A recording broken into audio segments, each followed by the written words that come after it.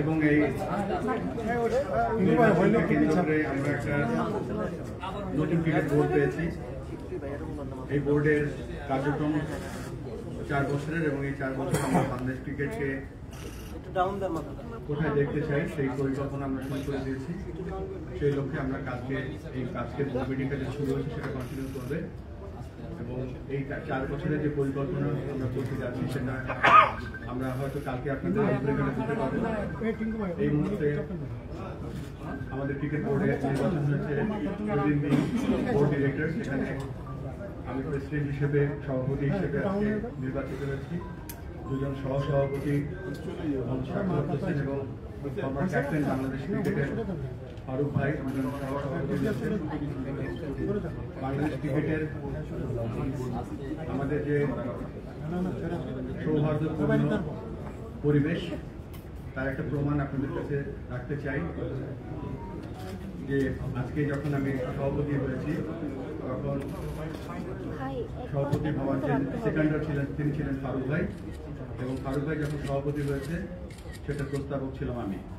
এই কথাটাকে বলার মূল কারণ হচ্ছে যে আমাদের সকলের আগে পদের থেকে আগে হচ্ছে আমাদের ক্রিকেট, এবং আমাদের এই ক্রিকেটটা আমরা কিভাবে সামনের দিকে এগিয়ে নিয়ে যেতে পারি সেই লক্ষ্যে আমরা প্রতিজ্ঞাবদ্ধ হব ইনশাআল্লাহ। এবং আমরা যে দলটা পেয়েছি 25 জনের যে ক্রিকেট আমাদের যে বোর্ড অফ ডিরেক্টরস পেয়েছি, এই 25 জন আমরা একসাথে কাজ করার জন্য অঙ্গীকারবদ্ধ হয়েছি। পরবর্তীতে আমরা আমাদের ক্রিকেট অপারেশনসের চেয়ারম্যান এখানে ফাইন ভাই আছেন এবং তার ডিপার্টমেন্টের যে দলটা তিনি সব থেকে বেশি সময় ব্যয় করেন বাংলাদেশ জাতীয় দল, তাদের আফগানিস্তানের সাথে আমরা যে গতকাল থেকে লাস্ট টি20 ম্যাচ জিতেছি সেটা সেলিব্রেশন করার জন্য কেক কেটে উদযাপন করেছি। This is the update from আমার বোর্ড মিটিং। এখানে আপনাদের কোনো প্রশ্ন থাকে যে কোনো কাছে আমার একটা প্রশ্ন, একটা চাকরি ছেড়ে বোর্ড প্রেসিডেন্ট হয়েছেন, 3-4 মাস কাজ করেছেন। অনেক সময় দেখা যায় যে একটা চাকরি ছেড়ে 3-4 মাস কাজ করা ইজি হয়, বাট আপনার তো এখন 4 বছর কাজ করতে হবে, কতখানি স্যাক্রিফাইস করতে হবে, এবং যেহেতু বোর্ড প্রেসিডেন্ট পদটা অনারারি, এইটা আসলে কতখানি ডিফিকাল্ট? ক্রিকেট বোর্ডের পোস্টটা অনারারি, প্রেসিডেন্টের পোস্টটা সবসময় অনারারি ছিল, সেটা কোনো ব্যতিক্রম এখনো হয়নি।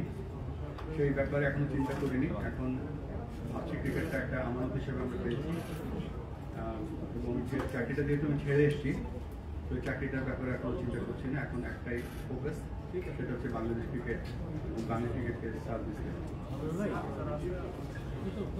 জি, মানে আপনাদের আজকে যে পরিচালনা প্রশ্নটা বলো, এটা অনেকটা হয়ে গেছে। আপনারা বাংলাদেশকে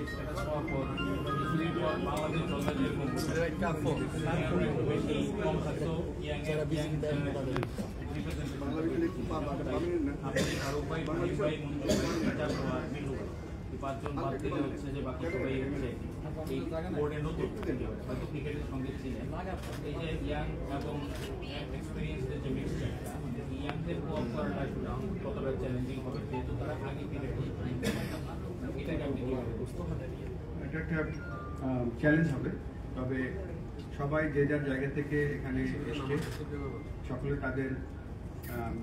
তাদের যে কোয়ালিটি আছে বা তাদের যে কম্পিটেন্সি আছে সেটা নিয়ে এসছে তারা, এবং আমরা সকলেই শিখতে এগোবো। এবং সাথে সাথে যে কথা বলতে চাই যে এখানে হয়তো দেখবেন যে ক্রিকেট খেলা চালাতে গেলে বিভিন্ন বিভিন্ন এক্সপার্টিসের দরকার হয়, এখানে ফাইন্যান্সের দরকার হয়, এখানে কমার্শিয়ালের দরকার হয়, এখানে মিডিয়ার দরকার হয়, আজকাল ডিজিটাল টেকনোলজি এসছে, ডিজিটাল এক্সপার্ট দরকার হয়, গ্রাউন্ড এক্সপার্ট দরকার হয়। তো আমাদের কাছে যে দলটা এসছে সারা দেশ থেকে, হয়তো তারা অনেকে নতুন এই বোর্ডের সাথে কাজ করছে, বাট তাদের এক্সপার্টিস এই বিভিন্ন সেক্টর দল হিসেবে কাজ করলে হয়তো একে অপরের জন্য চেষ্টা করবো কাজ করার জন্য, so that you can get a better outcome.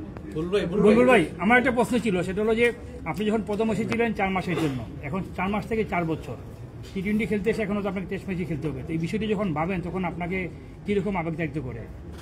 এটা একটা জার্নির অংশ করে নিয়েছি, বাংলাদেশ ক্রিকেটের ডেভেলপমেন্টের প্রেমে পড়ে গিয়েছি। হয়তো শর্ট টার্মের জন্য ছিলাম এবং শর্ট টার্মটাই সবসময় প্ল্যান ছিল, কিন্তু যখন ট্রিপল সেঞ্চুরি প্রোগ্রামের মাধ্যমে ছোটো ছোটো কাজ করা শুরু করলাম, যখন সাফল্যগুলো দেখতে পেলাম, সেই লোকটা আমি ছাড়তে পারিনি, সেই লোককে আমি পেয়ে গিয়েছি। Sir more for my country. গুরু ভাই একটা প্রশ্ন হচ্ছে যে মানে আপনি যেটা বললেন যে